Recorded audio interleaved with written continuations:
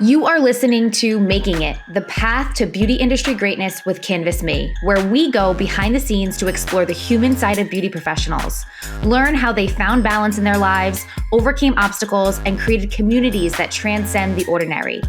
Hosted by Canvas Me co-founders Jen and Matt Martinelli alongside Canvas Me directors April and Megan, Making It is your guide to navigating the ever-evolving world of beauty. Welcome to Making It, the path to beauty industry greatness. This is Jen, and today Matt and I connected with Julie Dastine, who is founder of Citrine Rose, New York City.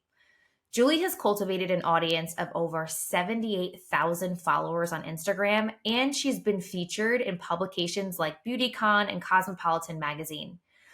Today, we talked all about how Julie built up a salon business only to lose it all and find herself in tremendous debt. But rather than giving up, Julie took everything that failure taught her and transformed it into incredible success. We dive into her passion and staying true to a vision. We talk effective hiring processes. We talk about marketing her salon through her staff members. And finally, her love for diversity and inclusion. Awesome. Welcome, everybody. We are here today with Julie, who is founder and master stylist of Citrine Rose, New York City. Hi, Julie. How are you? Good. How are you? Hello, everyone. So grateful that you are here. Our podcast is actually called Making It. And so we really like to highlight the storytelling aspect of how did you get into your role today? How did you become this founder and master stylist of this very cool salon in New York City? So we like to kick off the podcast with this question. Do you feel you've made it? Whew. Well, because I'm such a visionary, I know what my end goal is.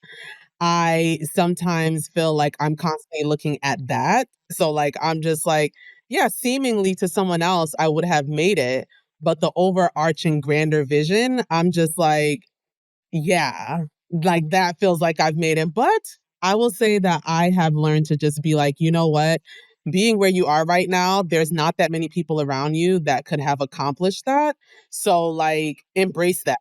You are making it, and every day is extremely challenging, just like with staffing. And again, that's why I love Canvas Me. With staffing, and just it's been a year since I've opened this location, and I haven't gave in to booth rent or really changing my vision, because that's not a part of my vision. My vision is very clear, and I'm not compromising that. So I just hunkered down and was just like, look, I'm gonna have to learn to interview. I'm gonna have to learn to do things that I really don't like in order for me to attract the people that I want. So I do feel like I've made it in that sense, that I'm actually founder now. And it's just that's what I struggled with, that with my executive coach, oh, Julie, you're a founder. I'm like, well, what does that look like? What's the stature of this founder? And is she an a-hole? Does she have to be mean? Does she have to be all these other things that kind of come with being the boss? And that's not my personality. So I just really struggled with that. And just my interaction with others, and just maybe being too soft and not assertive enough, and just kind of learning how to have the proper boundaries to be a founder and actually carry a company. Well, I think, I love it. And I know it's not an easy question, but I love asking it, especially to founders and entrepreneurs, because it's I'm intrigued by the different answers, because we get people that say absolutely not. We get people that say, yes, I feel like I have. But I think it's so hard, especially as entrepreneurs, because you set up these goals and it's constantly changing, right? You get to one thing, and then you want to do something else, and then you want to do something else. And it's and I think we struggle with not celebrating the wins. Yes. Because you're always looking so far ahead, right? You're always looking so far ahead. We hit 60,000 members today. And I don't think we talked about it. 2 or 3 years ago, we were dreaming of hitting 60,000 members. Incredible. And today, thank you. But today, it's just another day, because we want to get to 100,000. We want to get to 200,000. So for us, it's okay. So it's hard. I think that question too is a reminder that there are people looking at you saying, oh my gosh, she's made it. And I think the goal is to really stay present throughout that journey, because everybody is on that journey of making it or have made it to some degree, Mm-hmm. the only difference is your goal kind of gets bigger that first step you take. Yep. So Yep. I think it's just an important reminder for all of us, right? To like really sit and celebrate and be at one with like we have made it. Mm-hmm. Yeah, we're still going, but essentially you have built this tremendous brand, and I love that you're talking about who am I, right? Like who are you now supposed to be as a founder? I think I really want to dig into that. I also want to dig into your hiring and things like that, the struggles you have at the salon. But I want to talk about how you got here. So you went to cosmetology school, or like, what was that journey like? Did you always know you wanted to do this? Was this always your dream? What were the ups and downs of that path? I love that question because it is so loaded. So I'm going to try to compact it. So the funny thing is my family, like a lot of people in my family braid. So like when I was growing up, people were braiding super neat. And I'm just like, wow, like I really want to learn how to braid like that. So it started off with braiding when I was 12. So I started off with braiding this girl's hair in the play yard and I was just like, oh yeah, I could braid. So then I started my entrepreneurship. I started my own business. It was called JHB. I said not JHB. It was called JSL because I had a friend named Stephanie. So me and her would go around town and braid people's hair and go to Miss Bradley's house and go to such and such's house and render these services. And I was able to go to Forever 21 and buy whatever outfits I wanted. So like everything was great. But what I realized now that I've gone through a whole healing journey and like therapy and all of these things, the aspect of doing hair was actually like self-soothing for me. So like now that like I'm on the other side, I'm just like, oh wow. Like you really did this to combat anxiety. Like you were like struggling. And like the only time where you felt calm was when you're like really focused in on doing a haircut, really focused in on doing a color, really focused in on learning something that intrigued you so that you can continue to use your hands because it was just like I don't know, like a simulator in some sort of way. And now that I'm full circle with it, I'm just like, wow, like I actually have a ton of talents. That's the only way I was able to build this company, So I kind of got into hair because I had a lot of anxiety and trauma growing up within my household and in my culture. And my father's also an entrepreneur. So I actually just took after him, just being like, oh, well, he runs his own construction company. Like, I could run something too. My dad definitely wasn't into the idea of me doing hair because he was like, it's not realistic. Are you going to do hair when you're 70? Like, what are you going to do when you need to retire? Asking me these very logical questions that really got on an artist's nerves. Like, of course, it's going to get on my nerves. But, full circle, I ended up going to Aveda. I went to visit Aveda. I come from a small town in Spring Valley, New York, so I wasn't really privy to New York City. So I got on MapQuest and, figured out the instructions to go, got on the bus over to Manhattan, took the subway. This is a huge adventure for a girl that is from the suburbs of New York. So I get to Aveda. I absolutely love it. I beg my dad when I get home. Of course, it took like 2 weeks for him to agree.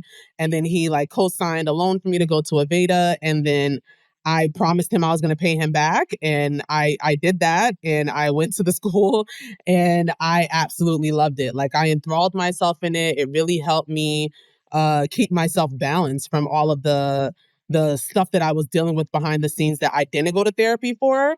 It kind of just put me in a focused mindset. Like if you just focus on this, then you're fine. Mm-hmm. I focused on that and I didn't focus on the trauma, but then that came to a head in 2020. And I had a salon called JHB that was very big, just as big as Citrine Rose. The community knew that salon. It blew up in my face. I won't get into the details, but it blew up in my face and it completely left me in over $500,000 in debt. So when I got into Wow. when I rebuilt Citrine Rose in 2020, I literally had scraps. Like I didn't have anything. I didn't have any money. The community, my license was stolen. My tools were stolen. My property was like, Wow. I wasn't able to use my tools because of the agreement that I came into. So I actually got a donation from GoFundMe. One of my followers was like, why don't you make a GoFundMe? We really want to help you. So then they donated $11,000 and I was so confused. I remember all that money coming in and I'm just like, whoa, like to my dad, like, why are these people giving me money? And it was so obvious to me that I didn't know myself at that point because my dad was just like, well, it's because you're a good person, Julie. And I'm just like, for real? And then that's when I was like, yeah, you need to go to therapy. Mm-hmm. Not that you don't really understand. You're not really conscious of like, your interactions with others and maybe how you have poured into other people for them to give back to you. So I used that money. I used that Mm-hmm. money and the what was left of my credit before it went to crap. And I altogether probably had like $20,000. And then I used that for rebranding Citrine Rose. And I used that for buying tools. And I was in a 10 by 10 foot room with Lena, the one stylist that I currently have. And I kept saving my money while I was paying debt and being dragged, but also saving money and trying to still simultaneously do the two. So I would say that the journey has been quite interesting. And I have basically been betting on myself and reinvesting my own money the whole time and haven't had any loans or anything like that to get to this point. So I've been reinvesting in my own company with my own funds. And it's been a faith walk, to say the least. Yeah. Well, I think what you did, and I think it's similar to what we've done, is you were able to marry your purpose with your passion. Mhm. And I think when you can do that, and we talk about it all the time, like you become unstoppable, right? And I think the universe has your back when you're able to do that and marry the two. I think the universe has your back. We've gone through very similar situations where I mean, when we launched Canvas Me, we quit our jobs together. We were working at a company together. We quit our jobs. We had two little kids at the time. We got rid of our house, our cars. We took everything that we had. We actually moved our two little kids to LA and to live with Jen's mom because she was going through a divorce at the time, and we were going with her, and we shared a bedroom for a year and a half with our two children. And we didn't have a paycheck coming in for 2 years, Long time. 2 years. And so, but we're able to just rely on like trusting the journey because we were so purpose driven. And I think when you become purpose driven, nothing can stop you.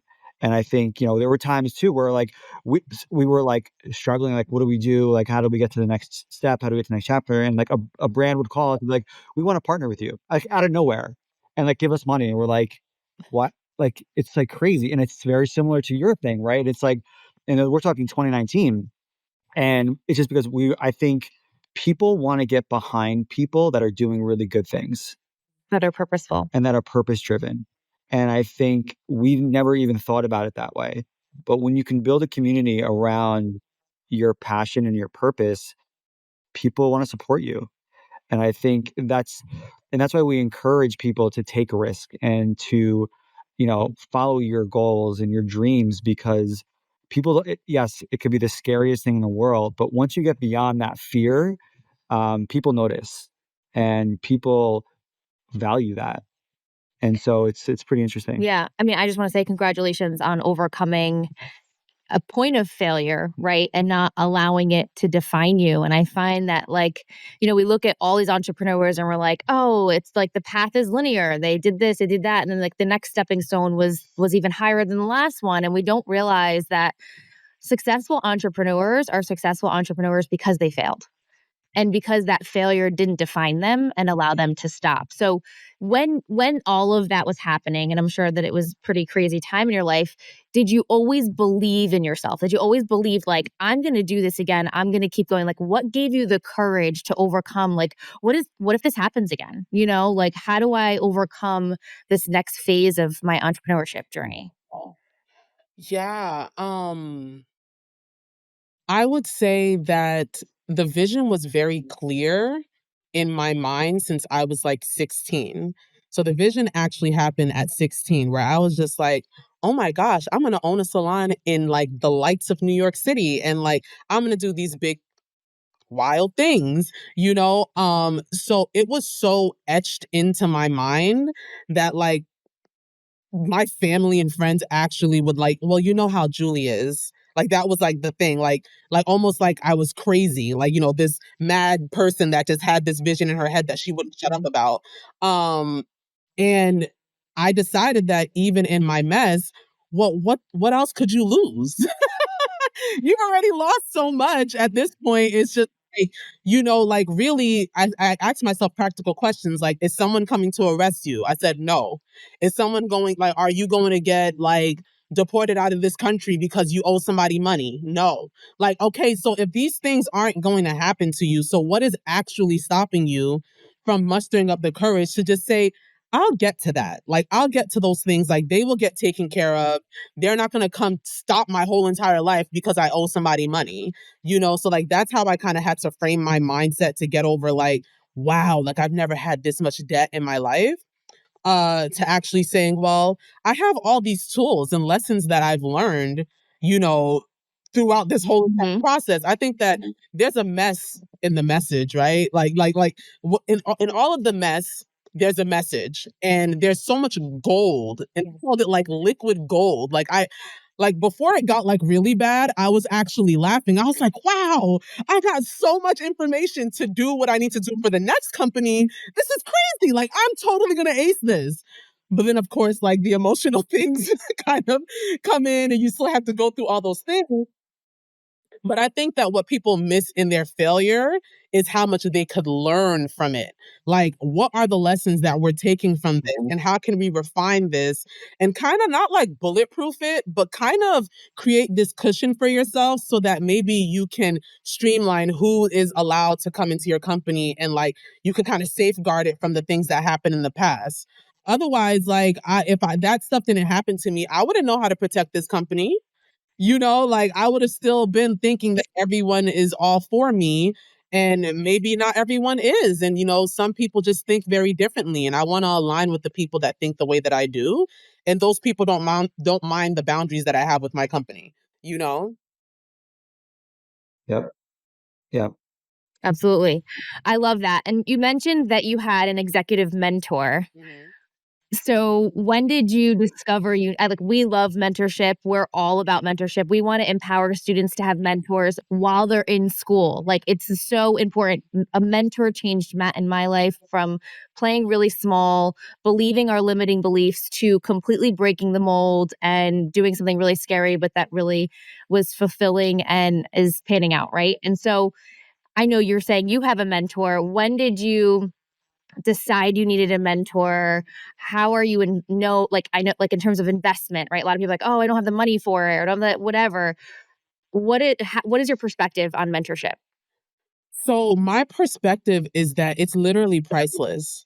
Like, you can't, if the person Yeah. is worth it, I'm throwing all of my money at you. Like, because I know that at the end of it, my mindset and whatever it is that I'm struggling with it's a moot point. Like, it's just like, what I learned through saying I don't know everything. I would say that I had a lot of ego with my last business and like my thought process. And even though I didn't know everything, I wanted to do things my way. And it wasn't like it was my mind wasn't open to receiving, someone that could help show me other ways and really guide me without me feeling like, oh, what are you trying to say? Like, I don't know what I'm doing. What are you trying to, like, that's not the energy.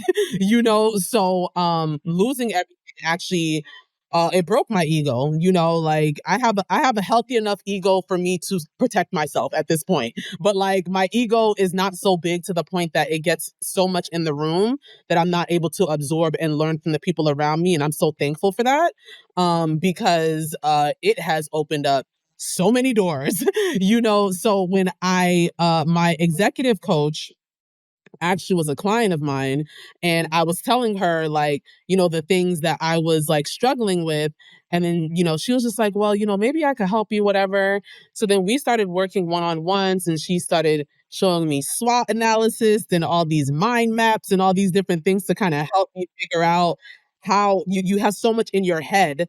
Like, you need some way to organize this. And just really helping me. Like, I really struggled like with like, you're the leader, you're the founder, you're the owner. Because when you're like a creative, when you've been so much of a creative behind the chair, and then there's this other hat that requires all these like it felt like analytics, operations, logistics, like all these different skills that like I didn't really have.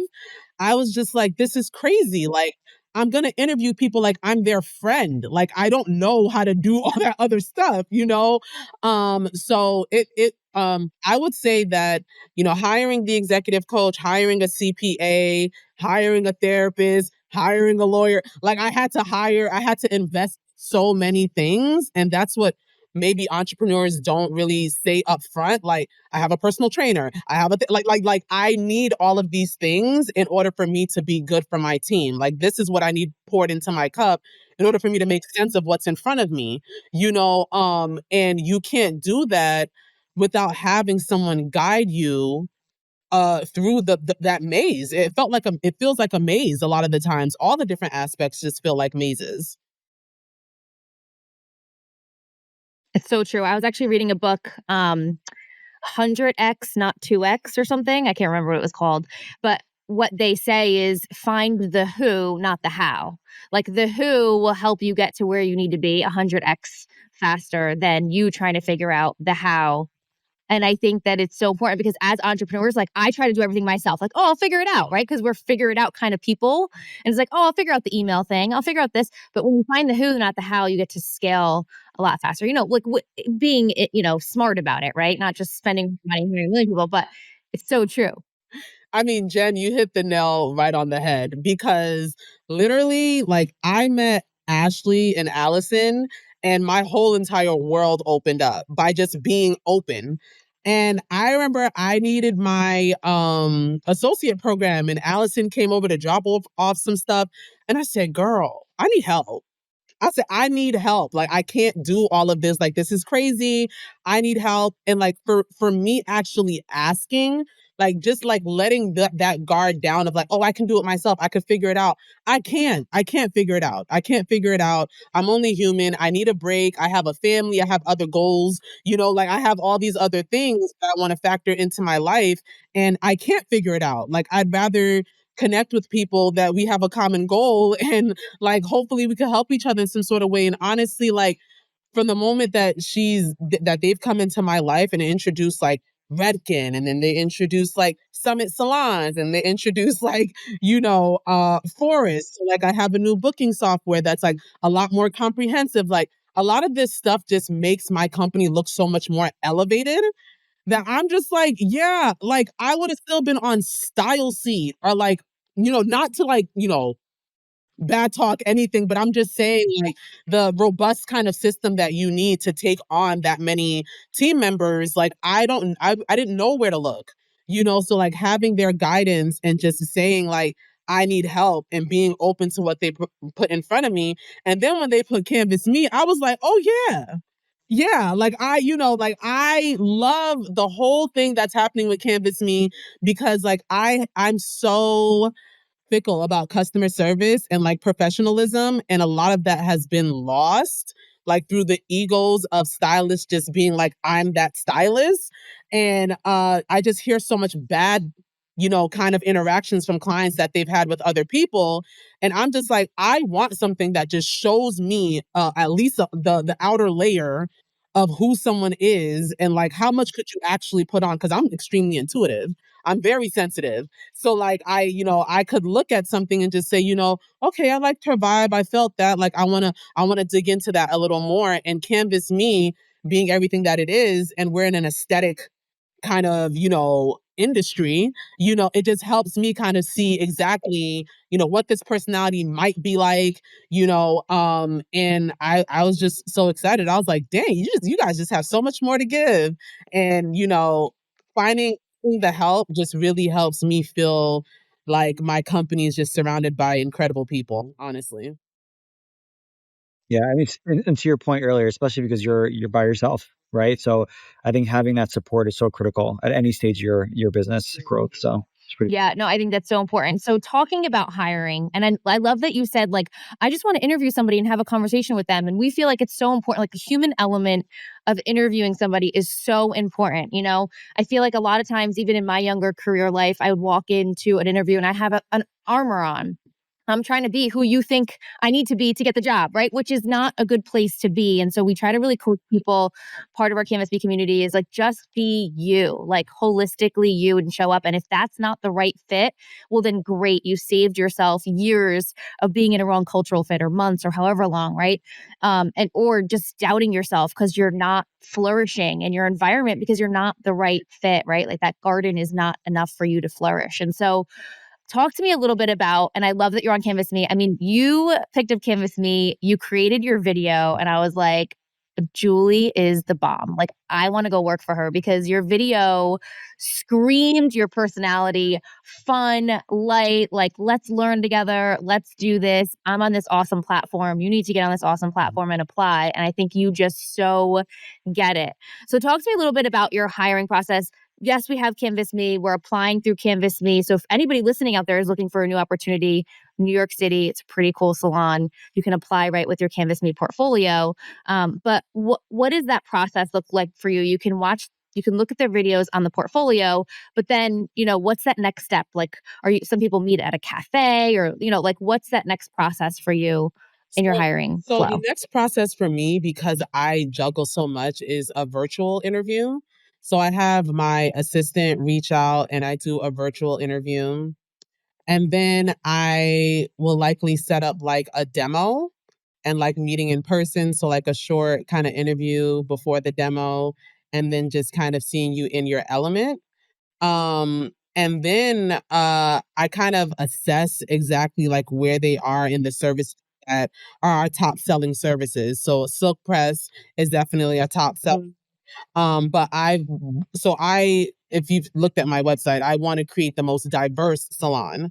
So like, yes, silk presses are like our seller, but I'm just like, the greatest thing about being an entrepreneur is like creating your own rules. Like that's what I love about it. I'm just like, well, I'm gonna do what I want to do. Like I'm not gonna limit someone to being a cutting specialist. I'm not gonna limit you to being a color specialist. I'm not gonna limit you to being one thing. I kind of want you to just play as much as you can, and I could curate the career path that suits you. And that for me feels more authentic to the artist, and it just creates an environment where there's no boundaries when it comes down to like, you went from doing a full head of balayage and now you're doing this really incredible updo, and now you're doing, some extremely textured hair. So like for me, if we're serving humanity, there isn't necessarily a box that I'm going to put someone in. It's all dependent on you and like who you want to service and what you want to attract. So my motto has been like, okay, well, what do you want to attract? Like, what do you want to do? Like, what lights you up? And then from there, I've been using that information to market them and to kind of push them out to the public with that in mind, and allowing them to understand like what that manifestation looks like. And it's pretty cool to watch, because it's just like, okay, like I have a stylist named Vogue that actually joined the team from Atlanta a year ago. And she said she wanted to be an extension specialist. So we've worked on her extensions and like how she does extensions. And she literally gets extensions all the time because I'm like, Vogue, the extension specialist, Vogue, the extension specialist. So like now it's kind of etched into the public's mind that like, oh, she can help me with my extension needs. So when I did do the heavy marketing that was more like 4K kind of high quality, we had her do tape in extensions so that when her stuff does roll out, it's like, oh, this is who she is. Because society needs to know who you are, right? Like what you do, how you want to be marketed. So I kind of used everything that I learned from being an influencer, because I was influencing when I was doing JHB. So like I had the whole YouTube and I was like showing off my big hair, and I wasn't on so much of the entrepreneurial front.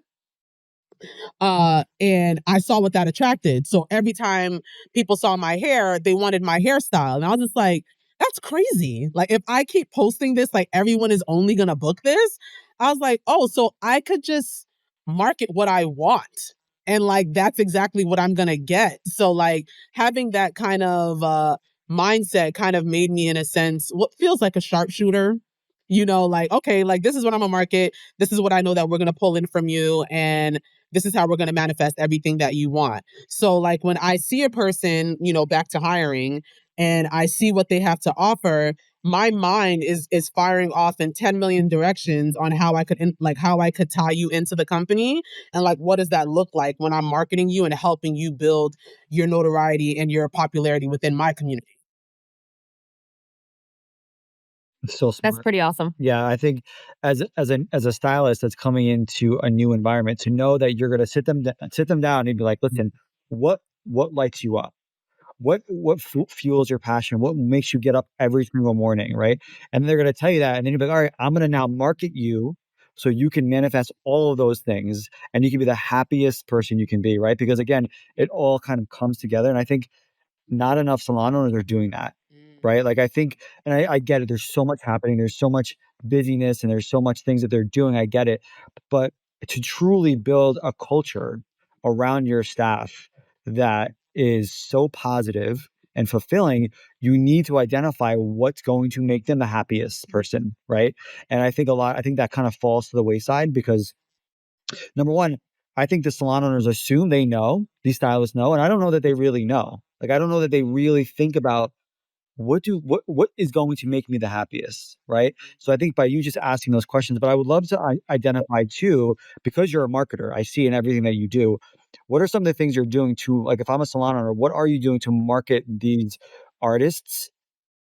Is it social? Is it email campaigns? Like, what are you doing? Okay, so I'm using social and email campaign.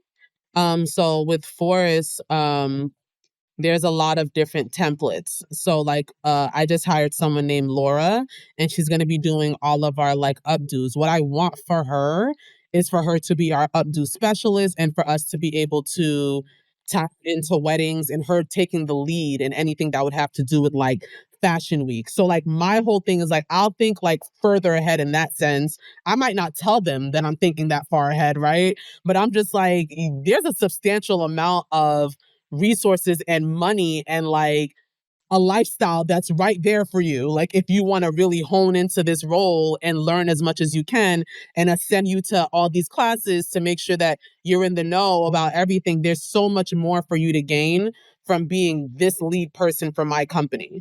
So like the way that I'm thinking of it is like if you're able to understand what a team environment creates. So like when I do go on a tangent with them, I'm like, look at Google, look at Apple. You think the people at the beginning of Google and Apple, like they're living large and no one knows who the hell they are because they made the right choice to be a part of a team.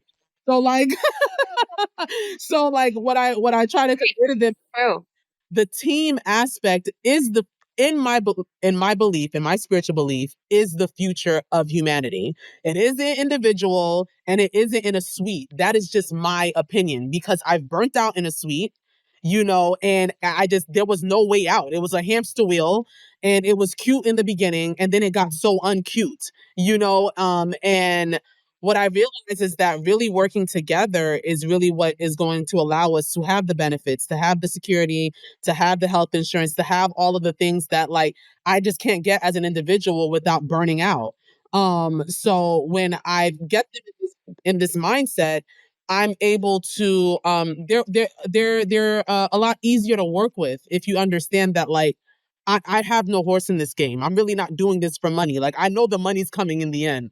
But trust me right now, where we are at Citrine Rose, like it's not just that I'm trying to make a profit. The profit will come if everyone in the room understands what we're doing. If you don't understand, that's when I see that there's like a kind of stagnancy I've noticed like within the company's growth when there's like a Apple that doesn't understand it. They're just like, well, the owners get everything. And it's just like, that's not true, but having that understanding with them when it comes to like the curation of their of them and them just being happy really changes the atmosphere. Like I heard you say that a lot of owners don't have time to like really think about that. And I understand that. That's why I took a step back from the seat, from the chair, because I was like, I can't even think clearly for real. Like if I'm behind the and trying to manifest all these things. So the sacrifice of me taking a step back has created so much opportunity for others though. Cause this girl is getting booked and she's Yeah. new. And even though like I'm not on the books, of course, everyone wants to come to me, but that's not the point.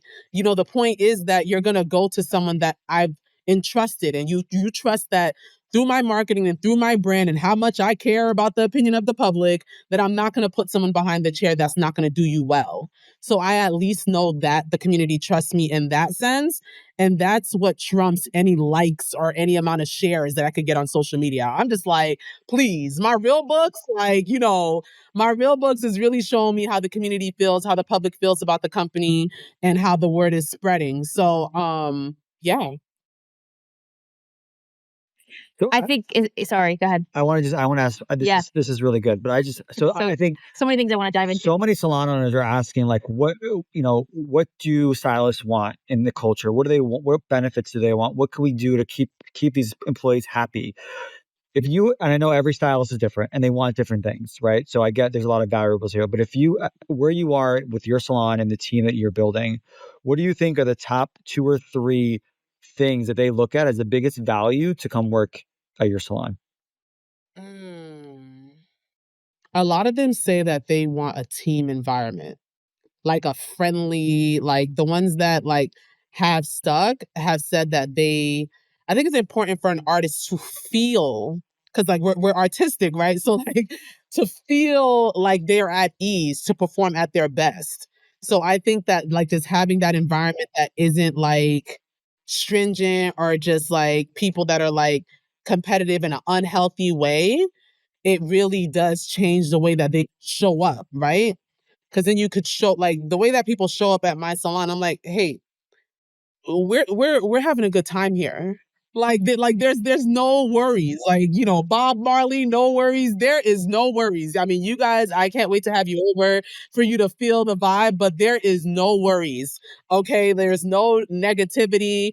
I'm very clear and direct in my communication. Accountability is definitely a huge part of our core values, and just like really helping each other. It's a helpful culture. I always tell them, like, this is not the culture where you watch your teammate drown and because you're not an assistant, you're not going to go behind the chair and shampoo. I said, that's not the culture that I've created. The culture is that, like, we want to raise each other up and we want to make sure that we are creating a space that everyone feels like they could lean on each other. So creating that environment, I think in theory, before it actually happened, was just like, oh my gosh, like everyone, like the people that I had on board were just like feeling like, well, why am I doing this for her? Or like, why am I? Well, you're doing it for her because she's gonna do it for you the next time, when you need help or whatever the case may be. So now that I've created that kind of synergy with Lena in Vogue, it's already kind of embedded. I think that there needed to be more than me and Lena to be an example of what that actually looks like. And now it is just like chef's kiss. It's chef's kiss. And we can worry about building the money and getting the money now that we have the love and support around us. We can create whatever we want. But without having those foundational things that make you feel a part of something that is great, I think that is actually very detrimental, and like you could really lose out on connecting with a stylist that may have been really great for your salon, and may have been like a good sounding board, a good influence, but because you're not connecting with what they really need, you're kind of losing that aspect of the, I guess, salon emotion, or like all the other aspects that go into the interaction between staff and clients. Sure. Yeah, I mean, I think everything you're saying is so spot on. It's exactly what this industry is lacking in terms of like when they think of hiring, team, recruitment. What I hear you're saying is you have complete transparency with your team members, and then you're like a real live coach to them every day on their career path. And a lot of people I hear too in the industry, like, what if they leave me, or what if this, or what if that, right? You're creating an environment that's really hard to leave. And if they do leave, that's because you grew them up. You poured into them. You made that happen, and they're forever indebted to you. And when they're on stages and they're doing beautiful things, they're going to say, Julie, if it wasn't for Julie, my mentor who poured into me, who helped me see the vision, the path, right? And that's really at the end, the reward. That's why we do things. And they always say, like, your passion is in a sense, a service. So your service right now is pouring into this next generation of amazing artists that are going to kill it. Mm-hmm. And I think that's like so incredible. Yeah. So I know we're coming up on, I think, 40 minutes at this point, but who are you following? Like in terms of education and learning in the industry or outside of the industry? Like, who should we be listening to?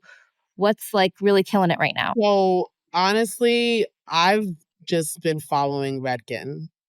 So like I've really been like following Redken, taking to their culture and just like their community kind of aspect of really bringing people together. Like Allison and like I'm someone that really needs like one-on-one.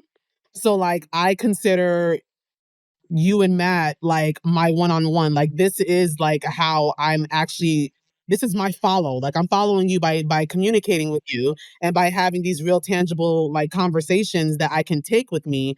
So Redken, we're going to symposium in Nashville. So we have this whole girls trip plan. We're going to symposium and I'm hoping my intention is to just like network in Nashville. I've already oh my gosh. So sorry, I'm so dramatic. There's this girl that filled out on Canvas Me. She actually is was based in Nashville, so she's gonna meet us in Nashville. So like we're connecting. Sorry, she's a travel stylist and she's connecting with me in Nashville and she found me on Canvas Me but also followed me years back when I was J Hair Bigger and JHB. So like all of those like connections is That's incredible. incredible. Like her color work is incredible, her curly cutting is incredible. Like this the standard and like in our interview like was just like it was just incredible. Like it was such a great connection to make and it was all through Canvas Me. And like I said, that quality is really what I'm trying to raise to the top and really bring in the big dogs. Bring in the big dogs that want to educate the younger generation, the people that are beneath them. Like, let's do this together. Let's create something that really crushes it, where all of us are winning. And having that conversation with her and just I'm optimistic, like what can I say? Like you meet someone that's that talented, that's looking to partner. That's exactly what I want. Like I want the best to be around me and want to partner with me. That's what I'm trying to attract, and trying to attract the people that want to learn. But like to have more heavy hitters next to me, I could only move a lot faster, and that's what I felt like I made in the connection with her. Well, we talk about it all the time is, your network is your net worth. Yes. Mm-hmm. Like, and that's one of the reasons why we built Canvas Me, is to provide an opportunity for students and young artists to connect with people that are doing amazing things, right? Because you may be in somewhere rural Nashville or in Tennessee or like South Dakota, and you have big dreams of being in New York City or LA or Chicago or Boston. Like, how do you get there? What's the process like? And somebody connecting with you who's doing amazing things in New York can literally be life-changing for them. It's possible. Right. Yeah. So that's one of the reasons why we built the Well, platform. I will say, I know that we're coming up on time, but what I will say is that my biggest inspiration company wise is Vidal Sassoon, Paul Mitchell, and like Redken, of course. So like scaling and becoming something as massive as that is kind of like where my vision goes, but it's just like including all races, all demographics, all like it's just like a potluck. Yeah. Amazing. I love it. So I think we kind of know this, but what is your deep rooted purpose? Like Matt and I say, our purpose is to empower people with a voice to help them find their sense of belonging, right? Because a lot of us struggle in careers that we feel like we don't belong. And that's just because you're in the wrong work environment and you're not thriving. So we want to empower people to have a voice and find their place of belonging. And that really comes from a deep rooted childhood purposeful mission of me feeling like I didn't have a voice and like I didn't belong, right? And so do you have a similar story in terms of like you are so passionate and so driven on, multiculture and like inclusivity and making sure everybody's learning? What is your purposeful statement or mission that is really tied to what you're doing at your salon? So everything that you said resonated with me, even like your purpose. Um, so I never really understood race when I was like younger. Like I was just like, well, what's the big deal? Like, what's the separation? And like really growing into an adult and seeing that separation in real life and seeing those those differences, like it really hurt my feelings. I've always been like really sensitive. So it really like hurt my feelings and just like really not understanding like, well, why can't we just all get along and just all be in the same space without it feeling so awkward? And when I did go out looking for jobs, when I got out of beauty school, I of course went to Fakai, I went to Ted Gibson, I went to Butterfly Studio, I went to Sally Hirschberger. I went to all these places that weren't predominantly Black. And I didn't get any callbacks. And I was just like, okay, well, I guess they just don't want me. You know, like I thought that because I went to Aveda that I would have easily gotten called back. But that's not what happened. But I kind of was just like, wow, like that's interesting. Like I think that in my mind, I had thought that the world maybe evolved further along since I was like 19. But I made it my goal once I couldn't find a salon that just was like diverse. I was just like, oh yeah, when I do this, it's just gonna be diverse. Like whether whoever wants to come in and wants to play, like we're gonna play because we want to change the image of what it looks like to be in a salon and for people of different races to be serviced and for us all to be loving each other and being like, okay, girl, I love your highlights. Like, whatever. Like it's like hair is hair, texture is texture. Race shouldn't really define whether what salon you can go to or like what's accepted. And I just feel like that line is something that it's still like a really harsh line to me. Like I still feel like it's a harsh line. Like that is just like it's not that integrated the way that I think that it should be. And that integration actually happened for me when I went on a retreat and I was like one of two Black women that was at 100-person retreat for a metaphysical retreat. And that was when I was able to embrace other races even deeper. And that just even made everything more transparent for me. So I was just like, look, race is not a thing. We all have a bunch of trauma, like everybody has trauma. So even just like from my cultural upbringing of people just thinking that like Black people have the most trauma. Like everybody has trauma. Like everyone has trauma. So it kind of changed my scope of thinking in a very deep way that was just like, yeah, this is not real. Like this way of thinking is not real. Yes, my trauma is real. Yes, the ancestral trauma is real. But this way of looking at other races is not real and it's not realistic. So that just helped me within my business interactions and like who I hire and who I trust and like how I feel energy and spirits and people's intentions. And it yeah, I would say like that's my deeper thing is just that I just don't care about race. I don't care about it and I want it to be very obvious when people come to my salon. Well, I also think like your story too is so much about trusting the journey. And I think for young entrepreneurs or people that are thinking about it, there's going to be difficult times. But like, imagine you were hired by one of those salons. Like, where would you be today? Right? Like, Right. your I mean, story that's your could be reason. completely different. Right. Right. And I think like sometimes a door is closed so others can open. Yeah. Right. Like when I was I was really successful before Canvas Me. I was in the fashion industry. I was a publicist for Calvin Klein, Versace, Diesel, you name it. Right. And I got fired like out You of got let go. Well, it was like you got let go. like Yeah. out of nowhere. They did Yeah, like a downsize. like out of nowhere. And I was like, it opened and I was almost, I was a little bit devastated, but I quickly was like, no, there's a reason why this is happening because it came out of nowhere. And then a year later, we founded Canvas Me. And so I think like you have to trust. And then that's why I think it's so critical to, and I know it's not easy, but to marry that purpose with what you're doing because it allows you to really be present and trust that you're doing what you're supposed to be doing. So regardless of what happens along the way, you keep going, right? Like we talk about like burning the ships. Like we got rid of we're like, this has to work. So we're getting rid of everything. Love that There's no you backup have to be plan. that We have two. extreme. And I have to say that I love that you two like have each other. I really do. Like it just feels, and I'm not gonna go off on a tangent. It just feels like a sacred partnership, like where you guys just like kind of are on the same page. And like that kind of partnership is what moves mountains. And when you sacrifice, like you sacrifice and you tell the universe, well, I'm not gonna do anything else if it's not this.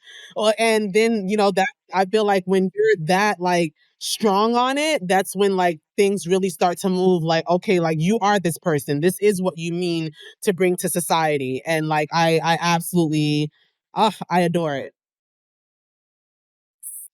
I love it. And I love that you're so spiritual Yep. and mindful. Like even the words you're using, you know, the gut feelings that you're getting, the spiritual intuition, the manifestation, all of that is so important and key to perspective and Yep.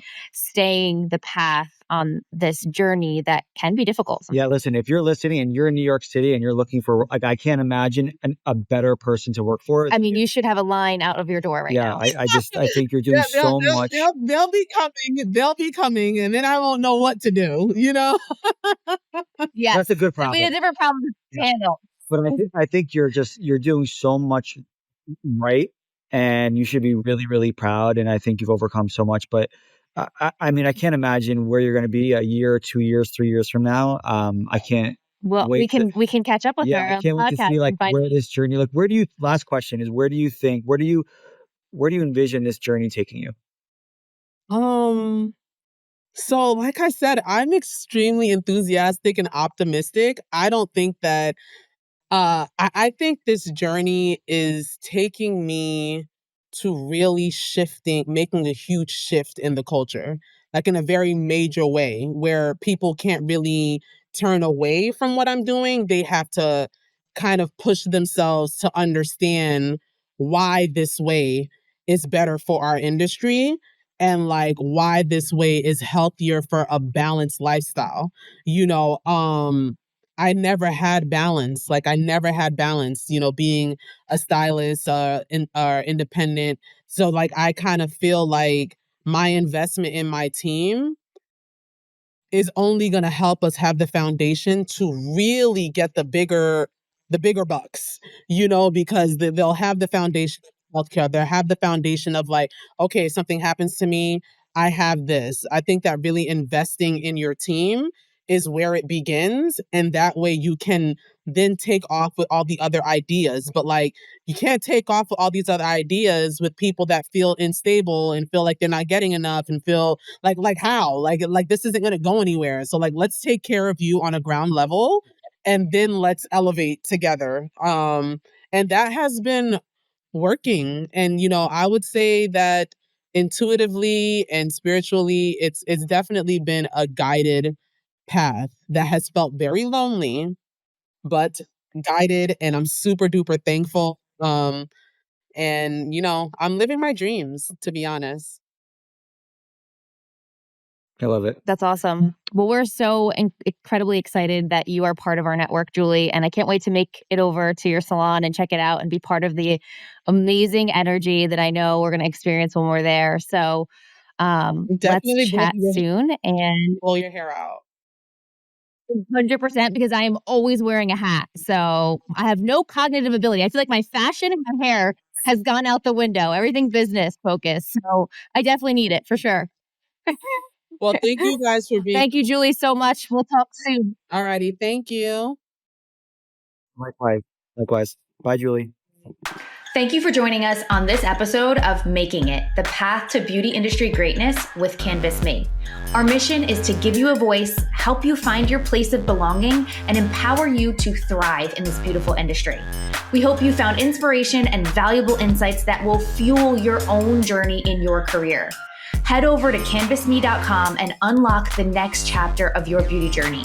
Create your portfolio, showcase your unique talents, and connect with a community that understands and celebrates your story. Subscribe to Making It for more inspiring stories, and let's continue making it together.